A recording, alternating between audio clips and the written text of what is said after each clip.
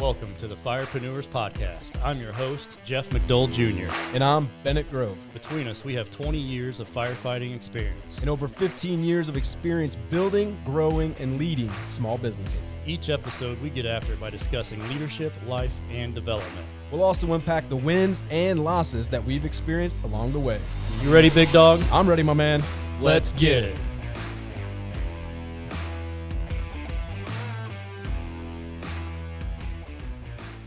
Welcome to another Firepreneurs Podcast. This is an exciting episode for me. We have a special guest on for our concluding episode of the Beginning with the End in Mind series. We wanted to interview a home services expert, somebody who has actually built a seven-figure business with that concept of beginning with the end in mind. And not only is he someone that's going to come on and be our guest, he's also part of the inspiration for this series. So without further ado, Josh Latimer is our guest today. Josh, thank you so much for coming on. We are super pumped to have you, man. Thank you for having me. If I sound a little stuffy, I have a slight cold. I do not believe it's Corona, so fingers crossed. No.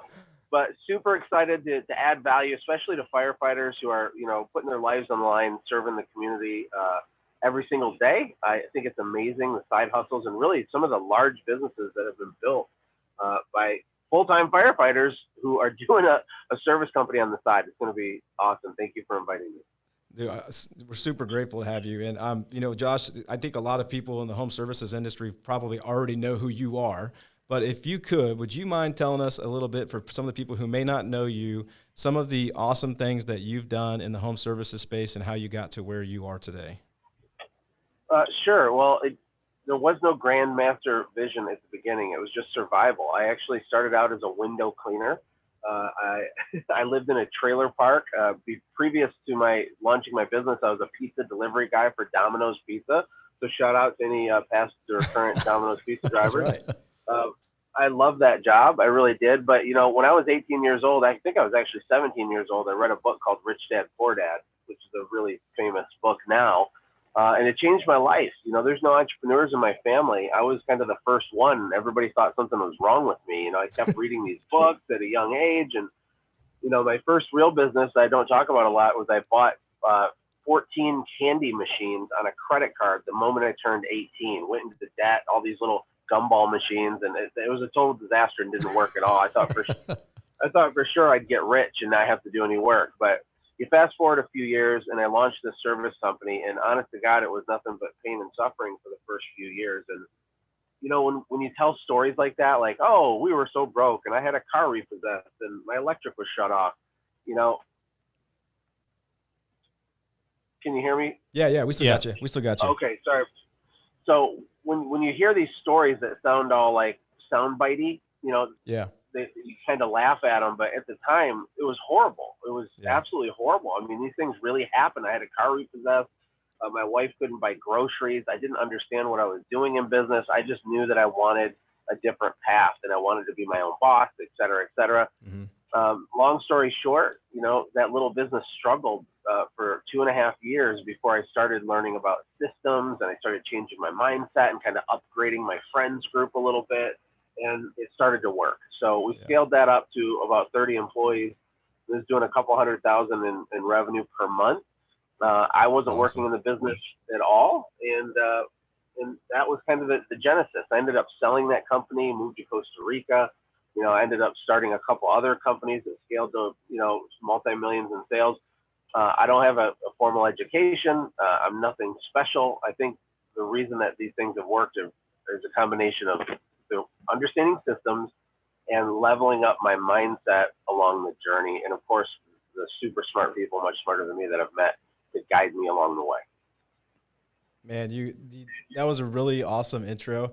And your story, I can tell anybody listening, is you go take deeper dives on your podcast, which used to be the Quick Talk podcast, but now it's the Growth Vault. I know that I personally listen to a lot of your stories regarding your home services company, and then with SendJim and now Conquer and the other things you're doing that you've been successful at all of them. And along the way, the stories, like there's just so many little sound bites. Like I remember personally, just to share, I a story with you, and I think I actually shared this with you via message one time, which I was listening to one of your stories about that pain and suffering when you're coming up in home services and you have those moments where you're putting in the work and you just don't know if it's actually going to manifest into results. And there was one episode that your wife came on, and the podcast episode was her talking, leaving you a voicemail about she was at a trade show, and it was a son and a dad, and they were out there just, working hard, and they were together, but you could just see that they were putting in the time and the effort and the energy, that it's those silent moments that you just never know if they're going to materialize, but you still put the work in because that's part of the pain and suffering of building a business. So man, your stuff has been so influential on me, and I'm sure it will be awesome for anybody listening today. Oh man, I mean, building a company is such an emotional thing. I kind of like pride myself on being kind of a logical kind of guy. I'm not hyper emotional. My wife, on the other hand, she'll cry on an emotional TV commercial, selling bleach or washing detergent. So she cries easy. But the truth is that we spend a huge portion of our life doing whatever vocation we're doing, whether it's building a business or being a firefighter or whatever.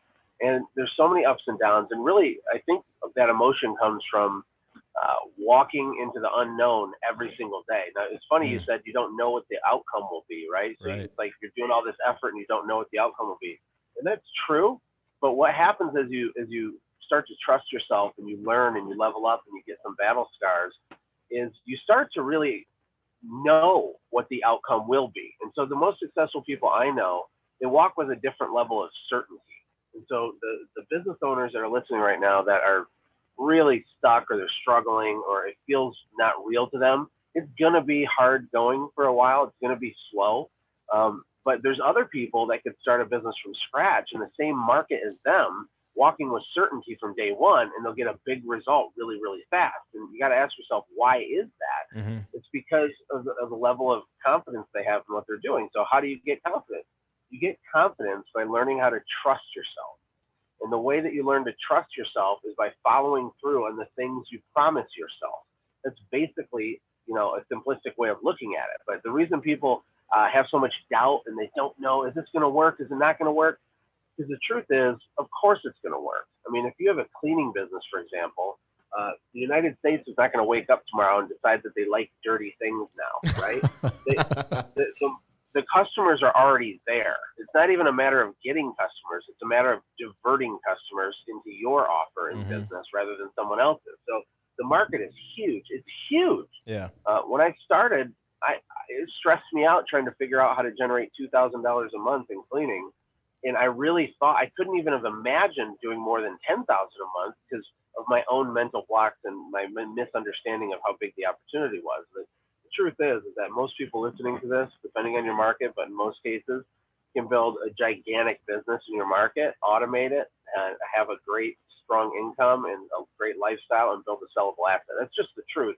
So in a way, and that was a long around the mountain way of saying, we do know what the outcome will be if you don't quit and you keep going. Persistence, perseverance. Yeah, that's so good, man. Like the certainty and the faith and the confidence, and it changes at a certain point from hope to like investing in yourself and believing in yourself, and that's when you turn the corner. That's a good start. We haven't even gotten into the questions yet. So you being to where you're at now, we thought we would take kind of an interesting approach to this episode. We talked about it a little bit, but a book I definitely recommend and I enjoyed listening to is I like Tim Ferris, and so a couple of his books, Tools of Titans and Tribe of Mentors.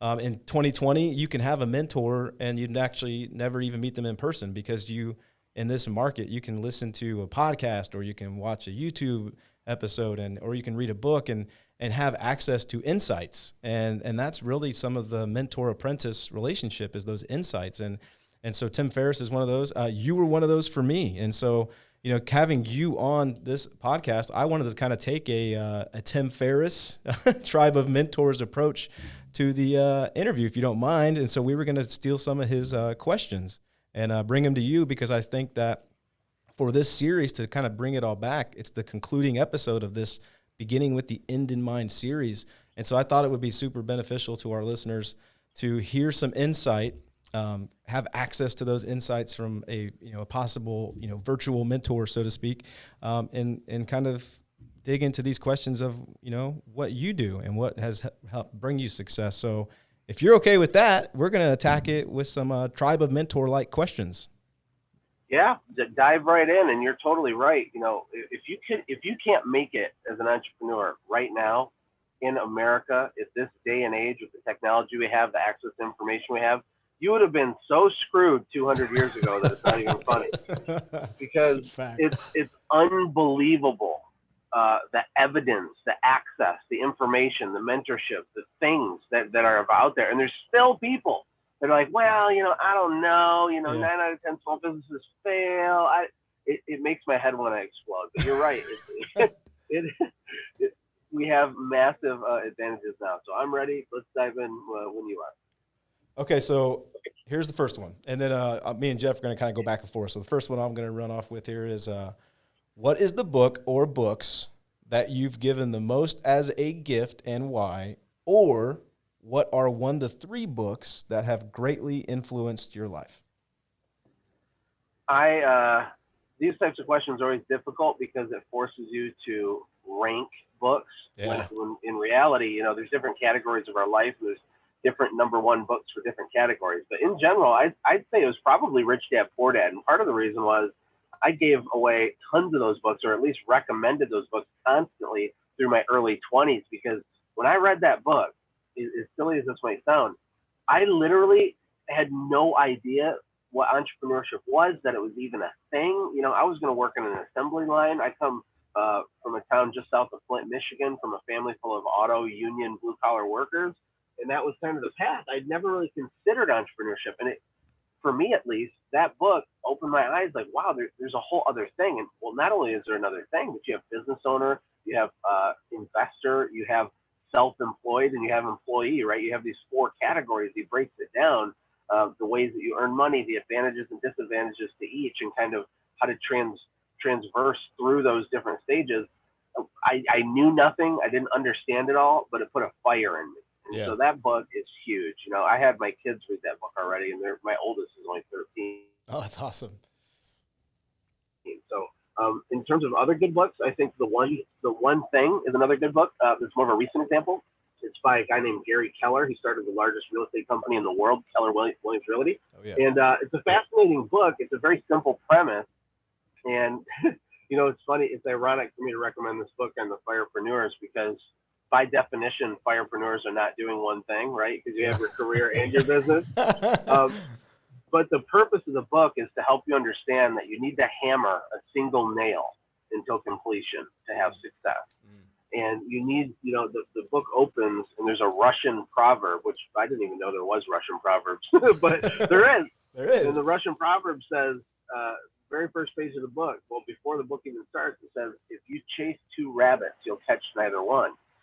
And it's a simple concept, but, people miss the simple basic things.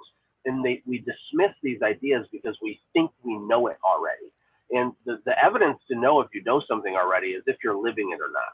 If you're not living it, then you do not really know it, right? You might have the information, but you're not acting on it, right? So rather than seeking like some secret ninja, unicorn fairy dust of success, you need to do the basic things. You need to be better than your competition. You need to over-deliver on expectations. You need to focus and hammer a single nail into completion. You need to, just up-level your education in all areas. But the foundation of all that stuff really are basic ideas. And those 2 books are at the tops of my list. I was hoping the unicorn fairy dust was going to somehow make it into this episode. That was we did it. He got it in. Got it in early. Hey, Josh, I'm going to go into a second question we have for you here.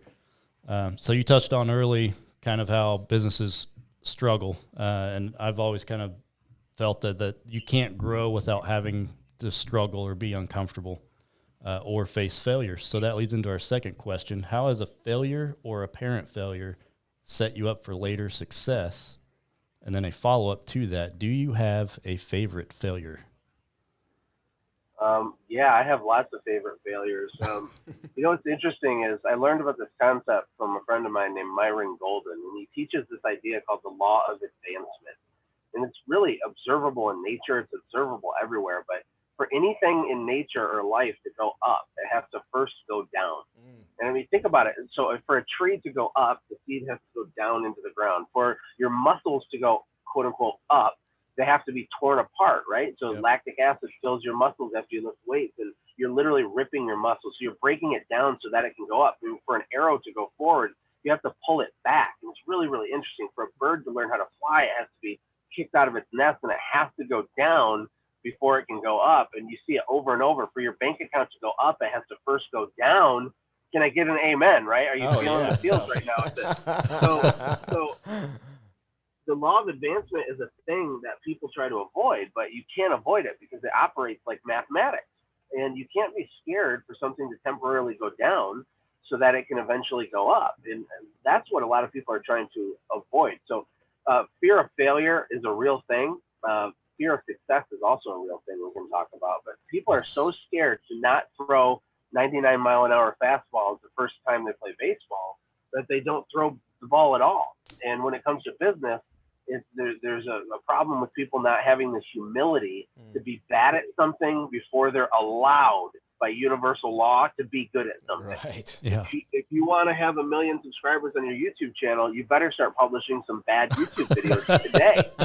Check. And the good news is no one cares that you're bad because no one's even paying attention to you at all anyway, and no one's going to see the bad. So, failures, I've had many, many, many, many failures. So picking them randomly, I think we'll talk about my software company. So I had initial success in home services. And what that does when you have success is it makes you feel like you know stuff. It makes you feel like you're really smart and you have it figured out, or that you somehow have like the golden touch, right? The last 2 years I operated my cleaning business.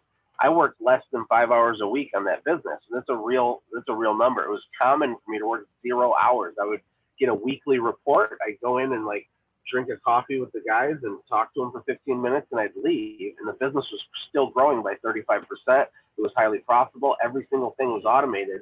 And I felt like I was some super smart, awesome dude. And the truth is I was also very fortunate to have made some ridiculously lucky hires at key times. And I had a business partner that doesn't get enough credit helping me along the way, right? So when I start my software company, I thought it would be easy because I was so awesome. And the truth is that I was, not only was I not awesome, I was completely incompetent and ill-prepared to do anything like what I was trying to take on. We ended up spending $1 million building this software, and the business wasn't working. I never took $1 in personal income out of that company for over 5 years of full-time focus and spending $1 million. So imagine working 65 hours a week at least for 5 years, taking no money, but instead paying $1 million. Imagine doing that. I did that. Okay. It wasn't cute. It wasn't sexy. It wasn't funny. It was definitely not funny. And I couldn't figure it out. And again, the law of advancement, the company was actually on the brink of falling apart. And, my partner and I on the software side, we were burnt out, and we were at the end of our rope. Honest to God, our customers really don't realize how close we were to just hitting the eject button and just saying, never mind. But we decided to humble ourselves. And I decided to spend $25,000 to hire a mentor named Russell Brunson. He has a company called ClickFunnels. And so I spent $25,000. This was like 3.5, 4 years ago. I spent $25,000 to this guy I had never met on the internet so that I could meet him in person 2 times per year and talk to him on Zoom once per year. That's what I got for $25,000. And talk about bank account going down before it can go up, right? No doubt, right? Because of that one decision, though, our business over those first 5 or 6 years, it hadn't even done $1 million in revenue total over all the years. The following 18 months, we did almost $4.5 million in revenue. In the next 18 months after I joined with Russell. And he didn't give me any magic unicorn fairy dust. There's number 2. Let's see how many times we can get that in the podcast. He didn't give me that, but what he did is he helped me up-level my certainty. He helped me tweak just a couple simple business model and adjustments, and helped me change my focus a little bit, and that's the kind of impact that it had. So a profound result. But we were walking on the razor's edge. weren't taking any money out of the business. And so I considered that like a failure or maybe near failure to answer your question. I have lots of other failures I can speak to, but that was the one that came to mind at first. Yeah, and that's a great example. Definitely a lot of struggle there, and you stuck with it, persisted with it, and came through out on the other side. Yeah, dude, that's an awesome story. I mean, so personally, I use that software company, and so I've been a customer for the last 3.5 years. So I didn't know that story. So that's amazing, man. I mean, because on the outside, I guess that should ties in a little bit too. Is like the optics of what somebody else may think may be different than the reality. And coming back to the story of almost pulling eject, I wonder in business, I think a firepreneur, I think it's even easier for maybe even a firepreneur to get to that point and actually eject, right? Because they have a full-time career. So I guess this next question kind of ties into that. And well, can I just hop in on that? For sure. The truth is, I always say that adults are identical to middle schoolers. The only difference is that we're more sophisticated in the way that we lie to ourselves and to others. And I believe that 100%. So when you said, wow, I was a customer, I had no idea it was going. Wow, the public perception is different than what's really going on. Of course it is. I mean, that's right. True for everybody. We have our public-facing persona. Think about the average firefighter who's having marriage problems right now, or whose kid is struggling with depression, and maybe the firefighter is struggling with depression, and they're not fulfilling their duty as a dad to their full ability, which is even making the depression worse. And maybe there's financial problems. Maybe they make a strong income, but because of some childhood issues, they're always trying to impress somebody, and they buy things they can't afford, and their bank account's overdrafted, and their wife is about to leave them, or who knows? Like, there's so many things that are happening that aren't going to show up on Facebook. So to speak. Right. Yeah. And so being authentic, is kind of a cheesy, overused word these days with all the internet 20-year-old life coaches and stuff. And but it is important to be authentic. And I'm telling you unequivocally that I don't have any special skill sets other than my endurance to get punched in the mouth and to keep getting back up, and the belief that this is the core thing, the belief that if someone else did it logically, then it can be done, and why can't I do it then? I believe if somebody did something, I could do that thing. And one of my favorite quotes, I'm a quote junkie, is that there are a lot of people dumber than you that already have what you want. And I believe that. And so if I see something I want and it's hard and you get beat up, that doesn't really deter me, because I don't care if it's hard. Yep. It doesn't matter how hard things are. It only matters if it's worth it. That's so good, man. And you know what? I'm going to parallel that with firefighting in general. So shifting gears from business to firefighting, that works there too, because I remember when I was in tech school, I was in the military. Josh, I don't know if you knew that. I spent 6 years in the Air Force. No. So I went through the Fire Academy at Lewis F. Garland, Department of Defense Fire Academy. So we call it tech school, but it's the Fire Academy for DOD. And I remember some classmates, I was a class leader, and so I remember some classmates really doubting themselves and having moments where they were just really intimidated about the blocks, which are sections of training. We were getting ready to go into a really physically grueling block, and they were starting to have that doubt. And I remember telling them at one point, they were just having trouble breaking through. Everybody was trying to give them good advice and what have you. But to your point, I remember telling one kid, I was like, dude, look right there. There's a graduating class leaving the cafeteria right there. There goes 19 of them. If those 19 people can do this, why can't you? And that's a metaphor for the Fire Academy, but it's also what you're talking about with business. Sometimes you need that extra little bit of oh yeah, they did it. Why can't I do it, right? It comes into something different too that I think you have, and we're trying to communicate to anybody listening, that there's the perseverance and the belief that comes in that scenario, right? Yeah, 100%. I mean, belief is everything. Belief is, the Henry Ford, if you believe you can or you believe you can't, either way, you're right. Oh, yeah. And I hate saying quotes that are so overused, because I think people gloss over it, but really think about it.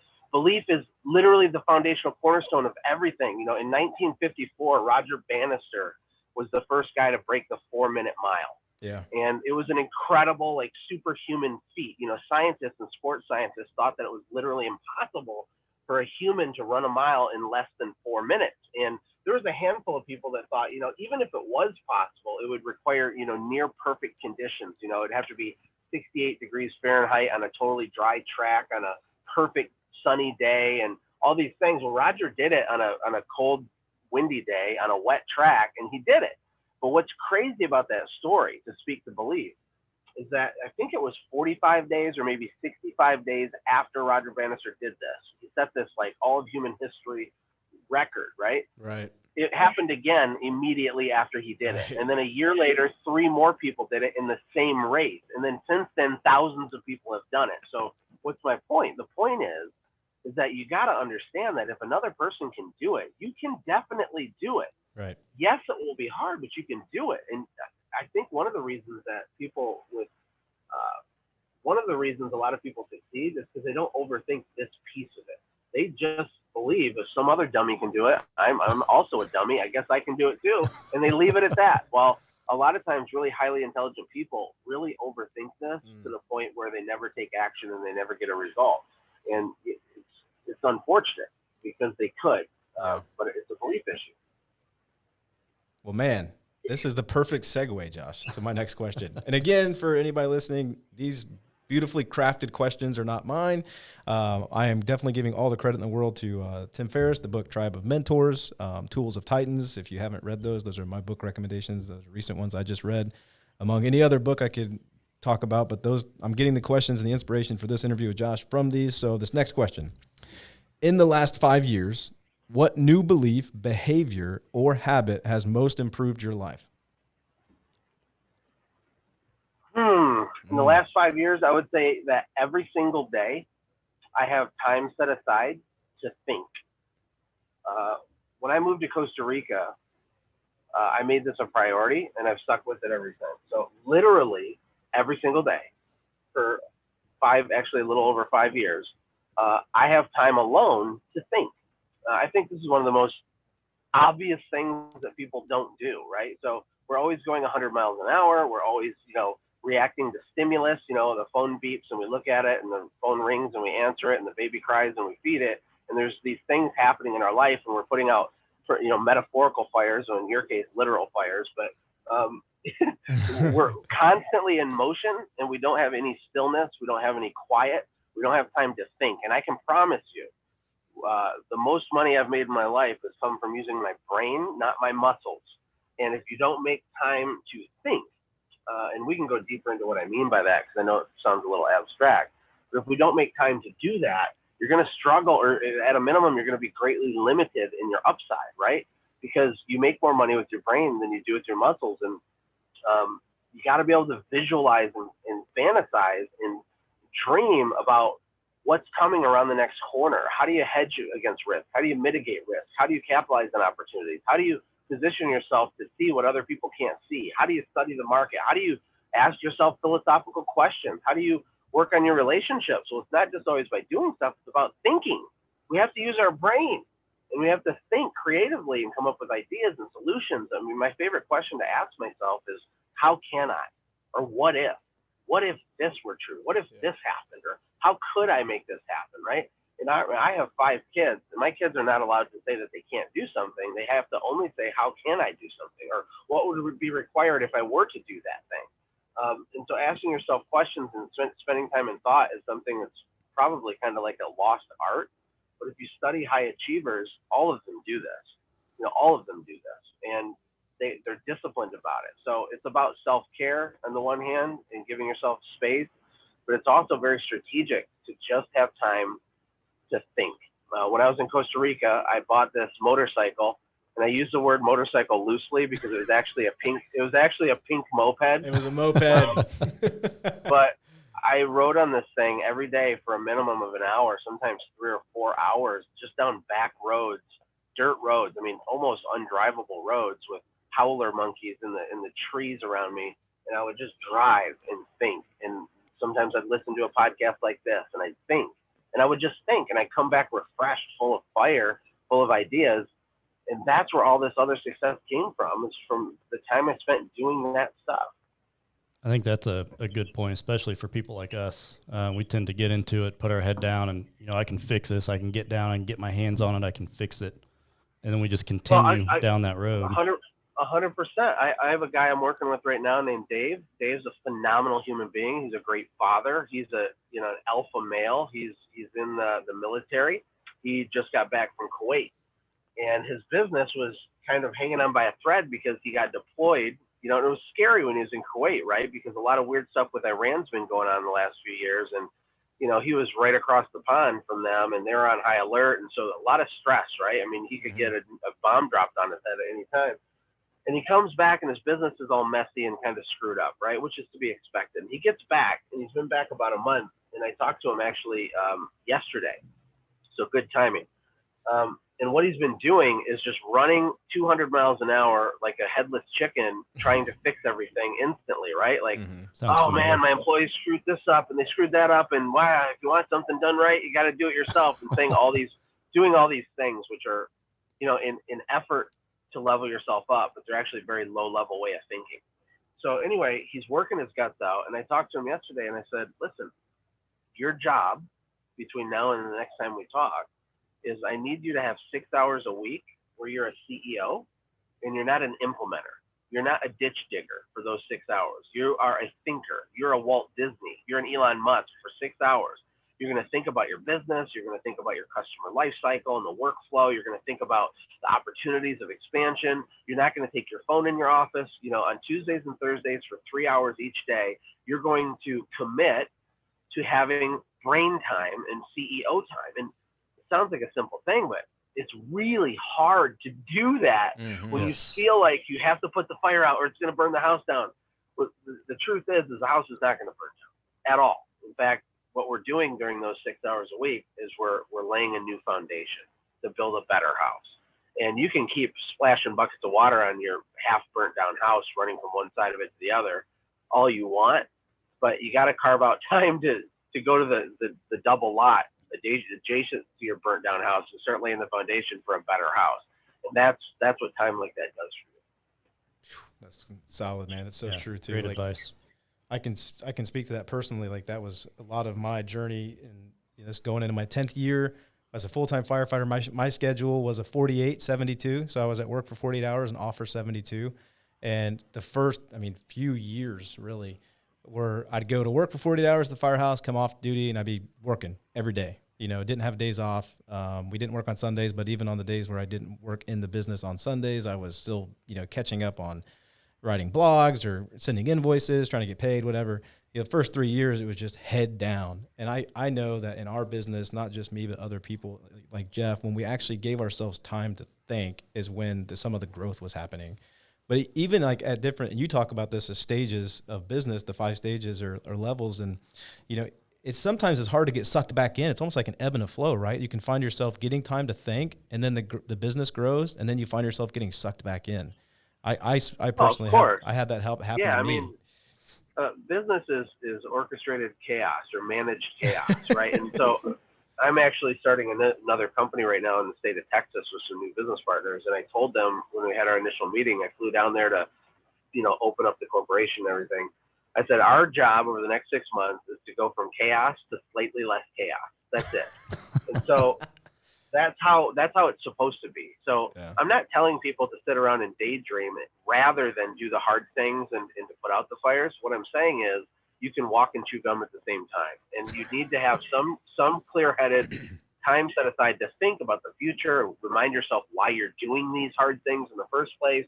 You need to set aside time to talk to your spouse and share some of the wins as they're happening. Because another mistake entrepreneurs make is they're excited to start a business and they want to make $10,000, and then they do that. And the moment they do it, they don't care about $10,000 anymore. Now that it has to be $50,000, and then they're stressed out until they do that. And once they achieve that milestone, obviously $50,000 is for losers. I got to make $100,000, and they keep moving the yardstick in perpetuity without ever thinking about, wow, I did that. Or sharing with their kids and their wife saying, hey, look what we did. Let's have a pizza party. Let's commemorate and memorialize this accomplishment.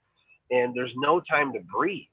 And so, yes, it's crazy. Yes, it's normal for it to feel like, just a mess, especially in the beginning. But while it feels like that, you still have to have time to think and use your brain. Good stuff, man. Jeff's got another good one for you here, question-wise. Yeah, and the last piece I'll add to that too is that people, the fire's still going to be there. You take your 3 hours to go and think that the fire's still going to be there when you come back after. So you still have plenty of time to get back and try to fix it. You know what the ironic thing is about that is that a lot of times the fire actually does go away because a lot of the fires that we think are fires are not fires. And we catastrophize things. So there's this word, catastrophizing. I don't even know if it's a real word, but I think we all know what it means.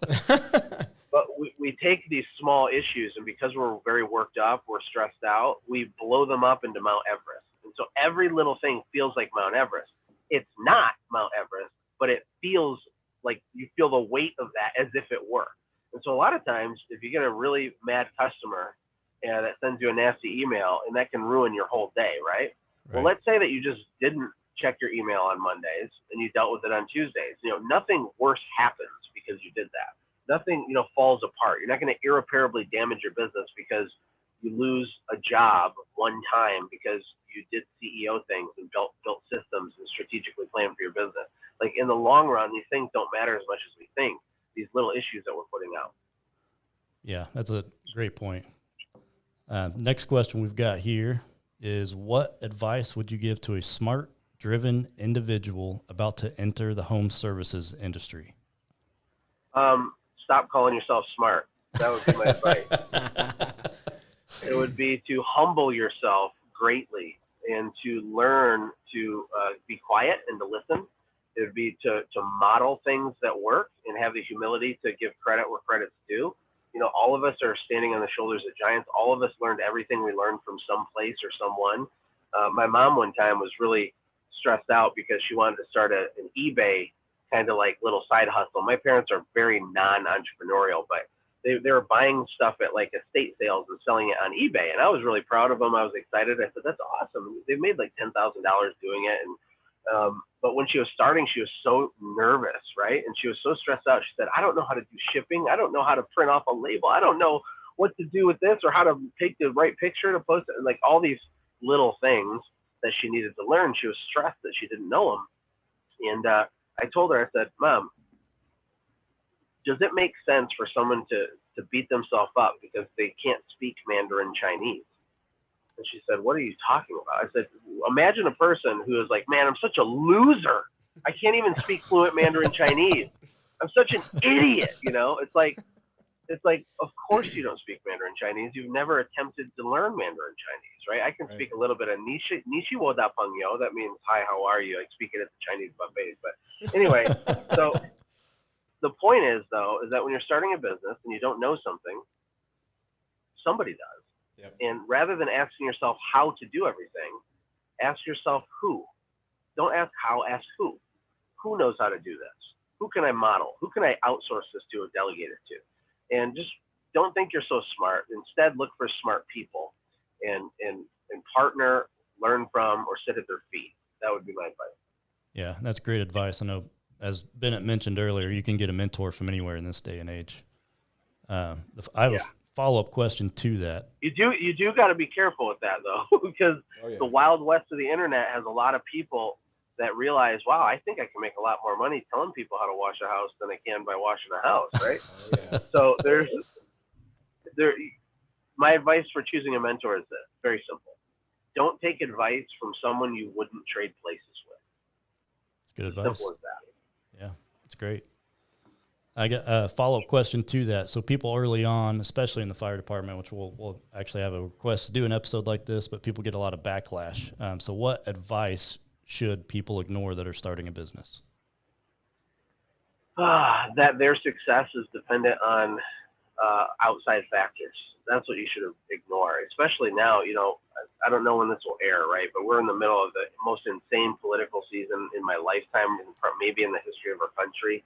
A lot of people say, civil war could be on the horizon. It's a very tumultuous time.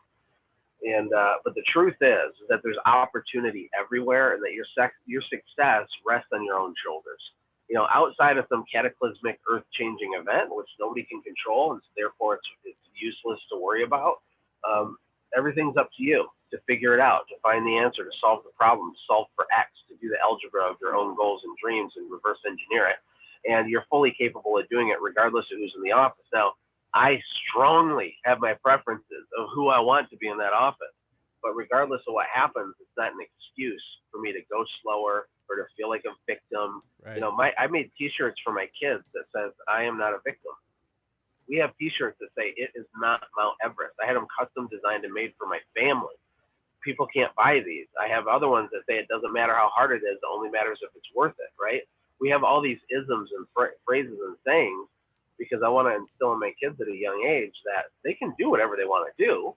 And yes, they need to count the cost of that thing. And yes, it will require, sacrifice and pain of some level. But of course they can have it. Of course they can do it. And that's true regardless of who's in office. And I see a lot of people online right now, hemming and hawing, about how their business is going to be ruined if this happens or that happens politically.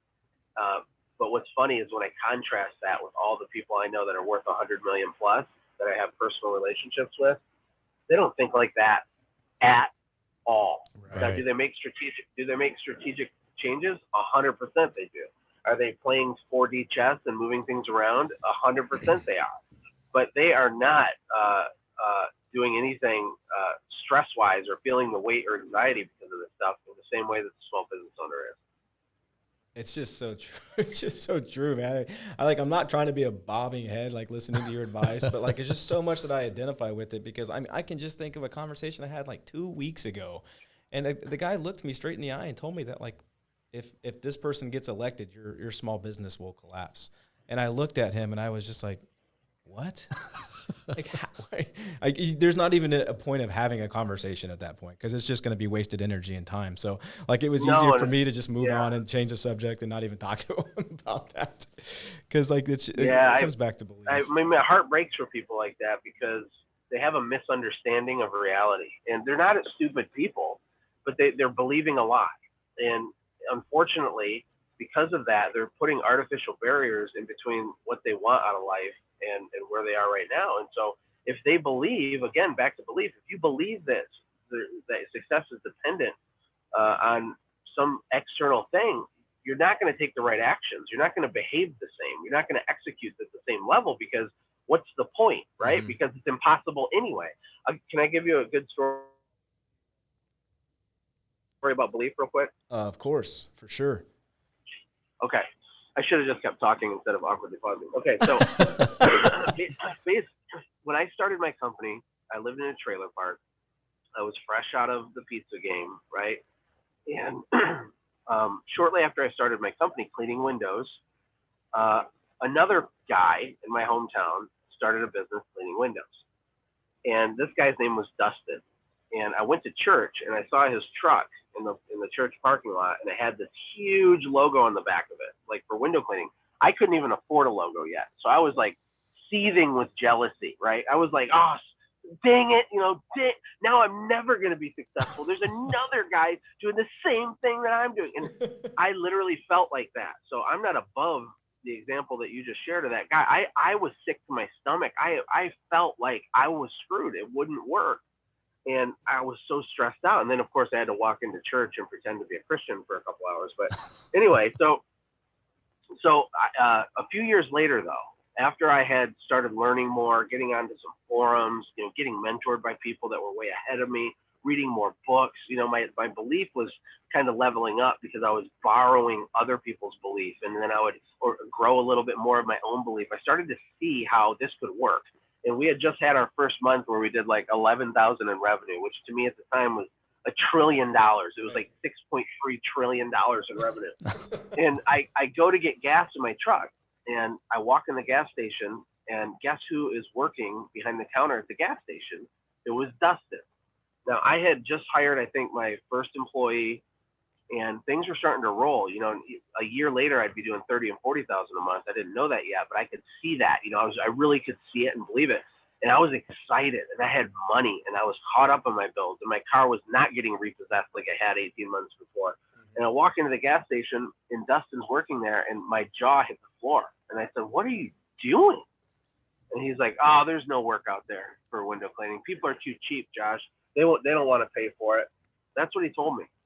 And it seared into my brain, because the only difference between Dustin and me was the belief of what the quote unquote situation was in the market, in the world, right? What the opportunity was. And he took it off the table in his own life as a non-option, as it couldn't work.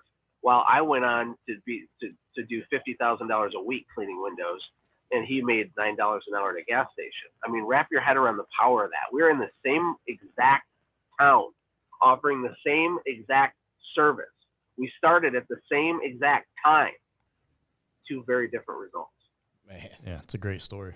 Especially because you guys started at the same exact time, and you had the originally had the self-limiting belief of, this guy has this great logo, he's going to smash me in, but you just stuck with it, like the persistence, the belief, and he ends up going out. Probably because I felt like that and thought like that. That's probably why my car did get repossessed. That's why my basement did flood, because I couldn't pay the electric bill. That's why it was like, oh, boo-hoo, my life is pain. I'm going to write poetry now and talk about how my life is pain. And, I was like that for a while, and that's why I have compassion for people like that. I'm not beating them up, but man, snap out of it. I have another question for you, but I want to pull on this thread a little bit longer, because I think it's so relevant right now because of the fact that yesterday was voting day, right? And this podcast will air here in the next couple of days. But I can say that myself personally, I have actually said this at one time, so like this self-limiting belief of, well, the election's around the corner and the economy always takes a dive, so we're going to hunker down. Like, I'm not saying that right now, but I can think back to years past where I've thought like that, because that's what you hear other talking heads say, right?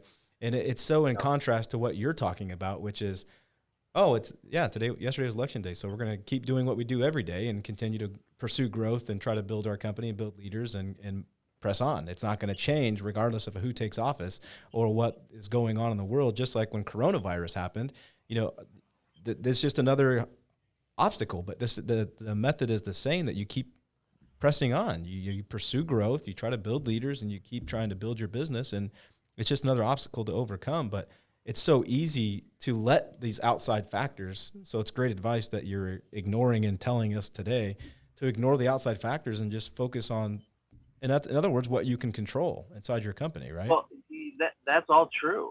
But just to be clear, I'm not suggesting that there aren't times when you need to pivot or you need to be strategic and plan for things, because of course you do those things. But when you are in a state of fear, or you feel like your success is outside of your control, you can't problem solve anymore, and your creative ability gets stifled, and you can't think clearly, you can't see clearly. And that's what happens. So of course you can pivot and strategically plan and do things. You should be prudent with your cash and make sure you have money and resources and emergency fund. There's lots of practical things that are good advice. And I'm not trying to be overly Tony Robbins and say, just, believe you can and you can, but there is a huge element of truth to that. Of course you gotta be practical, right? But your success is not going to be dependent. Let me ask you guys a question. Fire. Why is it? Why were there more millionaires made during the Great Depression than any other time period in American history? I would answer that question that there was a number of people that were poised to keep doing the same thing and have the belief that now is the time to invest in themselves, whatever business that they got into, and continue to press on rather than put their trust in the hands of somebody else. Saw it as an opportunity. Yeah.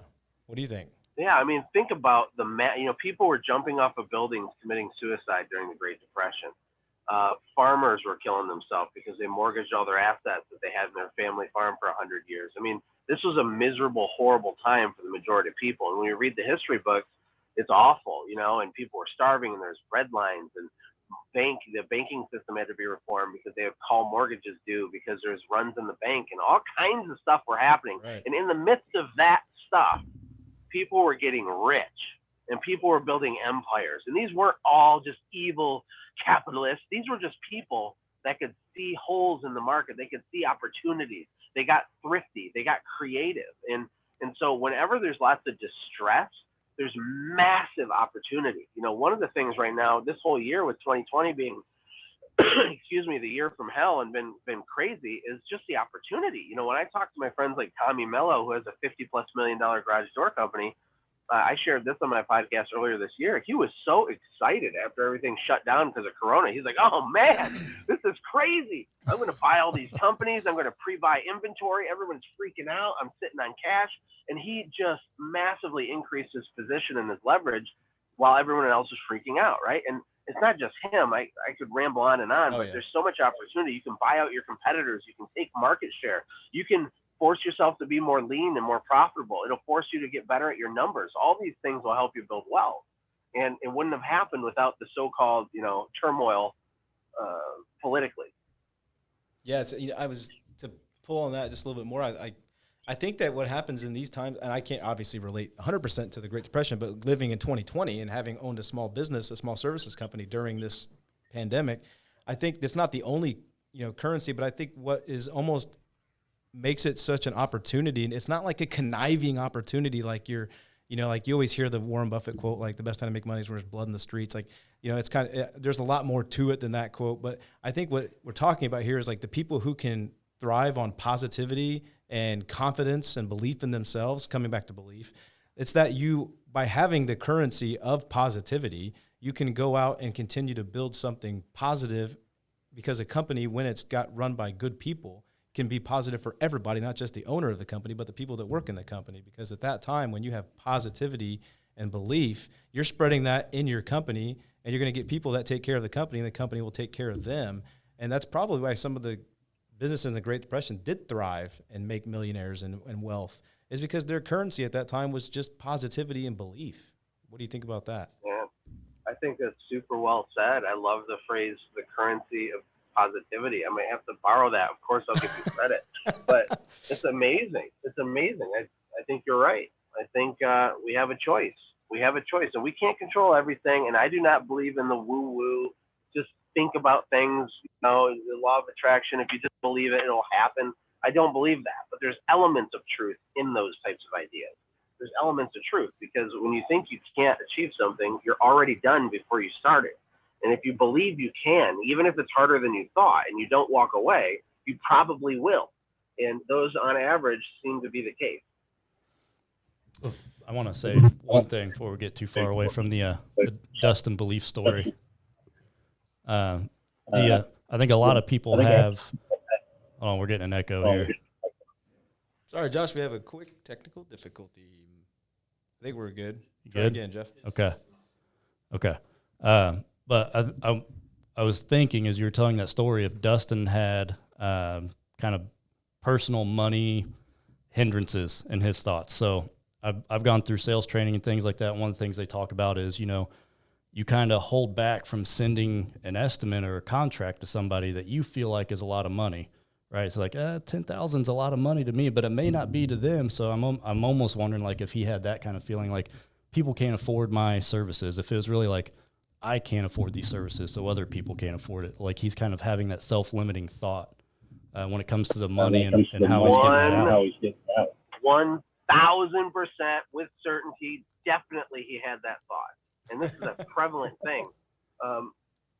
Let me just encourage the audience with some just logic and data. Let me remind everybody, there are a lot, I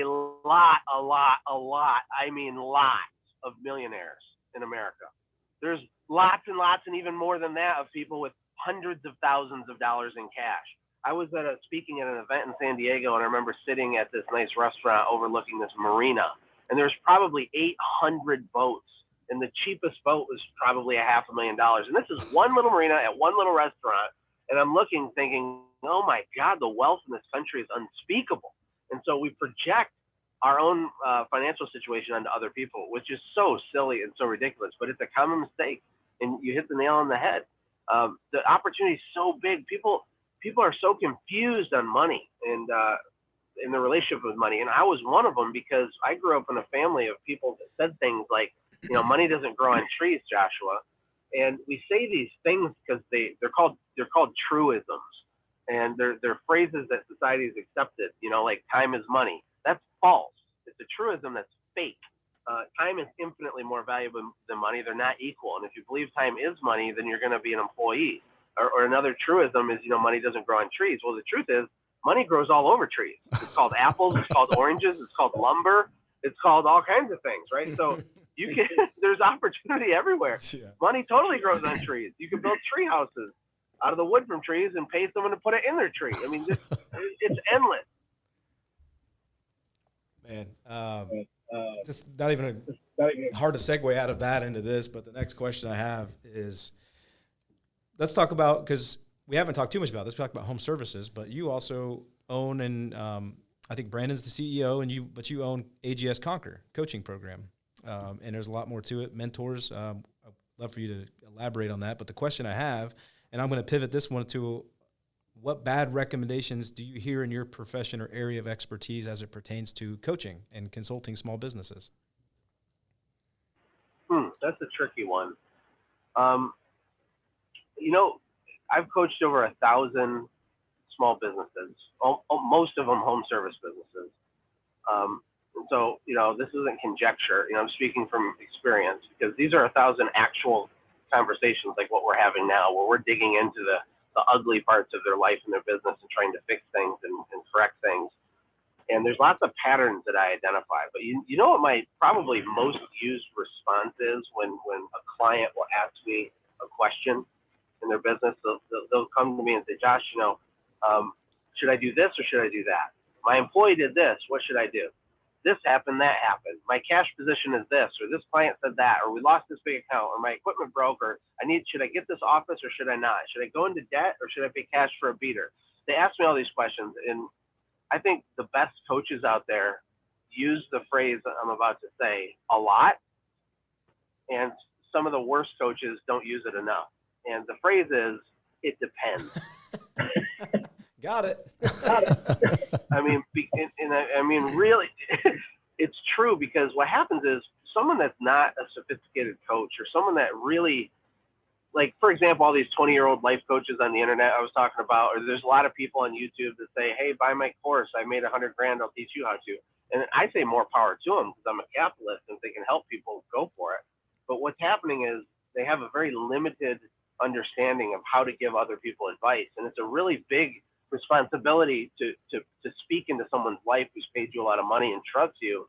And you got to be very careful to make sure that you're pushing them down the right path. And the truth is that a lot of things do depend. And there are frameworks and kind of steps to automating a service company that we share and teach. But a lot of the situational stuff absolutely depends. For example, how old is the person you're talking to? How much money do they have in the bank? What's their credit score? Are they married? Are they planning on getting married? What's their current lifestyle? How much personal income do they need while they're growing their business? What's the end game? Do they have kids? Are they a pastor? Do they volunteer? Are they a firefighter at the same time? What type of business do they want to have?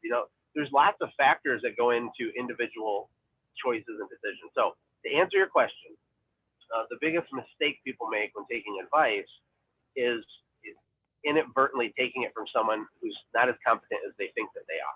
And, I've hired people that weren't as competent as I thought they were, and it's part of the learning process. But I would just defer to my quote again, that you don't trade places with someone, or don't take advice from someone you wouldn't trade places with. And vet your mentors very carefully, and then do exactly what they say ruthlessly.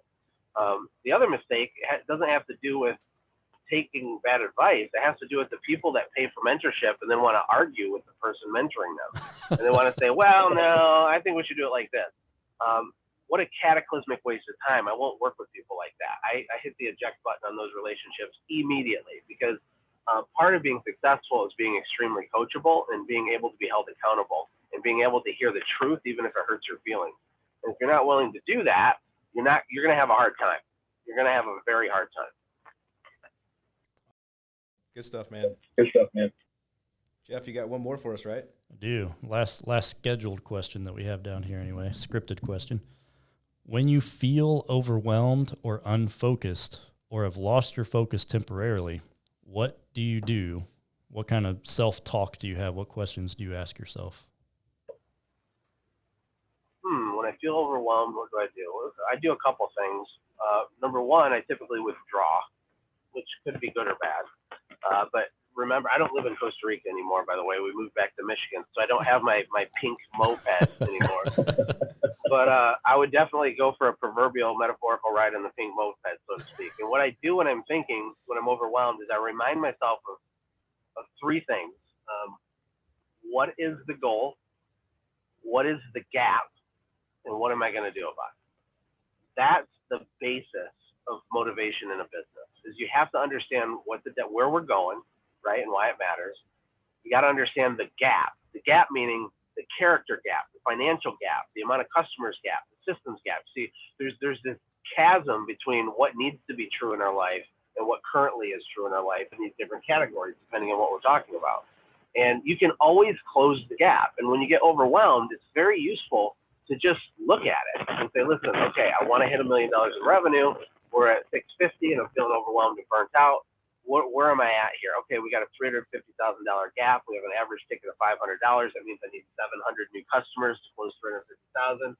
I have 12 months to get the 700 customers, so that's only X amount per month, X amount per week. And you start to get encouraged as you remind yourself, you know what? I just have to do these 12 things and I'll be to the next tier. And then I do these 6 things and I'll be to the next tier, and then 3 more things and I did it. And so usually overwhelm comes from confusion and lack of clarity on what to do next. That's usually where overwhelm comes from, is you don't know what to do right this second. So remind yourself where you're going, what the gaps are, and what you're going to do about it. And you can quantify these things into very simplistic action items, which goes a long way in helping reduce that overwhelming feeling. Great information. I'm gonna throw in another question here. Oops, we got lots of feedback. Are you getting feedback on your end? Sorry, Josh, we're getting a couple communication issues here, but I'm going to end with another question. This one's off of our, Tim Ferris Tribe of Mentors track here, and we're going to go kind of into Firepreneurs.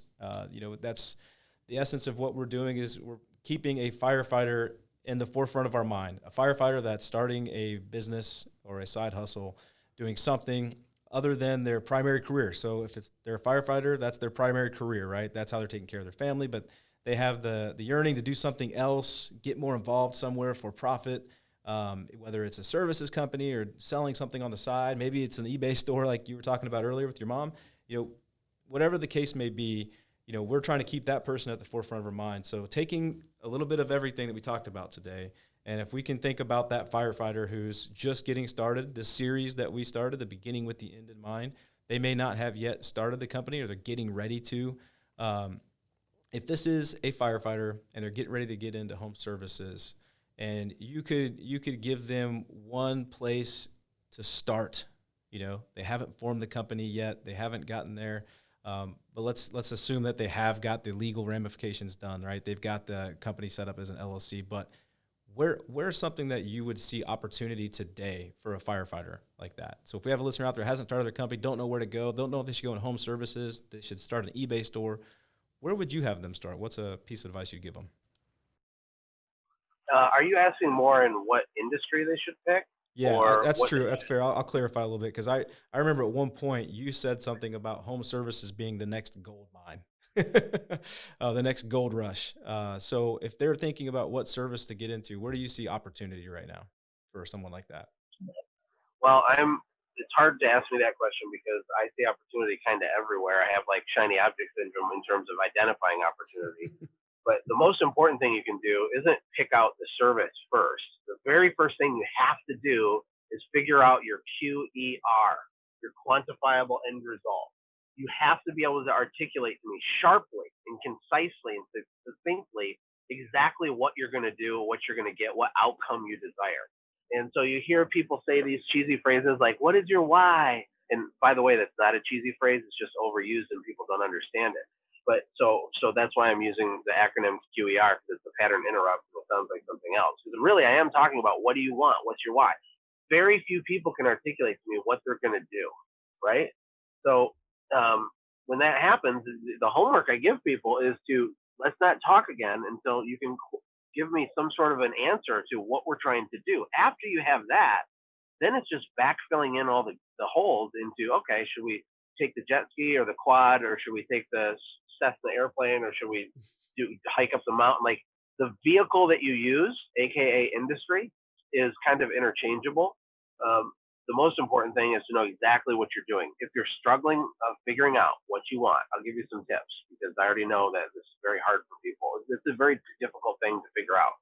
If you're struggling, stop thinking in terms of your 40-year life mission, right? Stop thinking about what you want people to read at your eulogy when you're gone and bring it back.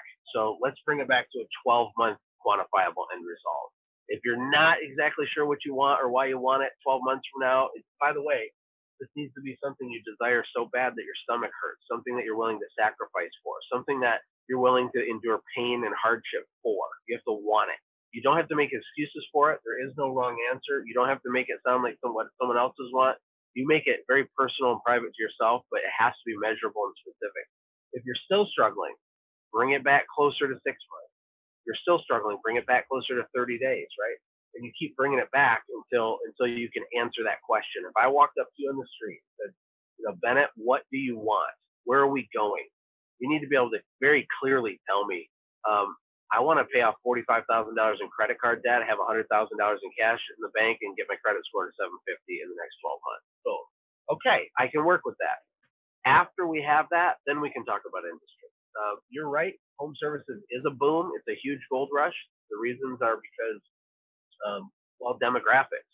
So baby boomers turn 65, 10,000 people a day turn 65.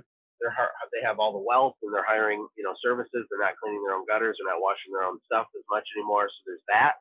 In addition to that, you have the next generation of moneymakers, which is millennials, which really, they're starting to build wealth too, right? They're in their 30s and stuff.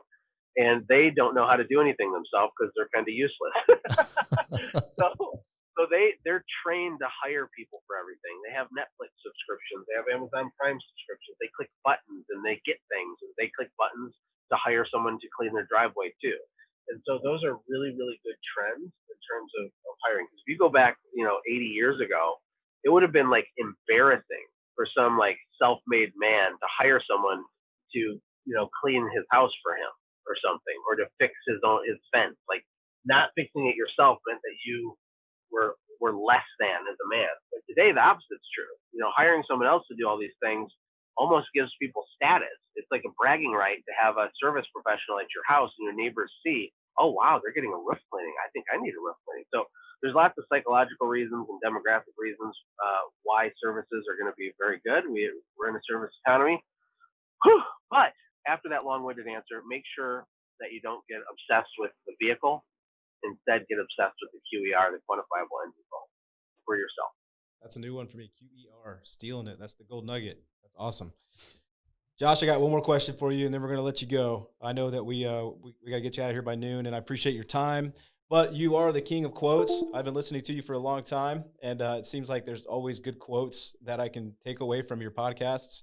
So to take one more question from Tim Ferris, which just kind of came up, is he has a question that says, if you could have a massive billboard, hypothetically, metaphorically here, that you could put anything on it, what would be the quote you would put on that billboard for everyone to see?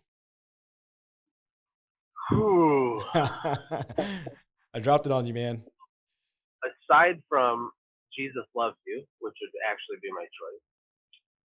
If we're talking entrepreneurship and business, one of my very favorite quotes is that everyone sees the wine, but no one sees the crushing of the grapes. It takes a minute to think through what that means, but essentially what it means is it's very easy when you see a successful person to just dismiss all of the stuff they went through to become who they are, so they have what they have.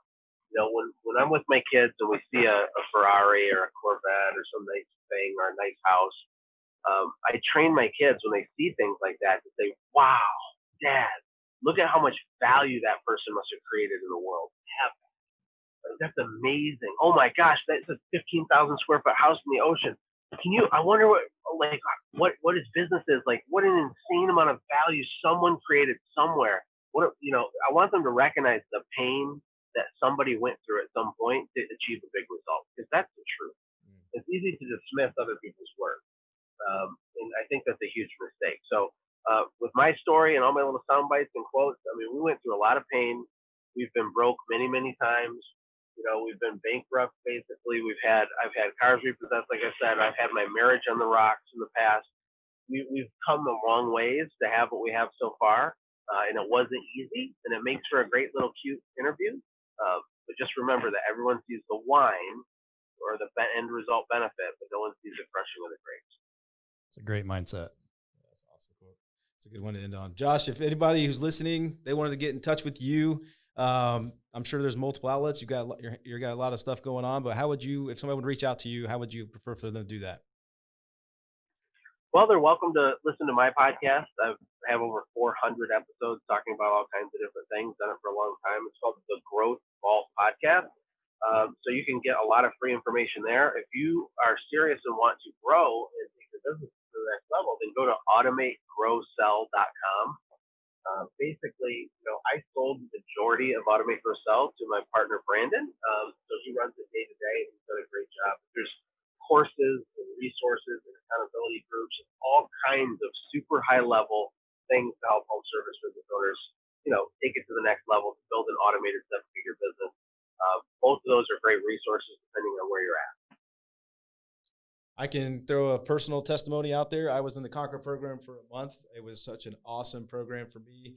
It allowed for me to step back and really look at my business, like you talked about, take some time to think, be a CEO, and it's been integral to our growth. So I can have a testimony for Conquer. It's a great program. Josh, thank you so much, man. I mean, it's just been filled with gold nuggets. We really appreciate your time and look forward to seeing what you got on the horizon for us next. Yeah, thanks, Josh.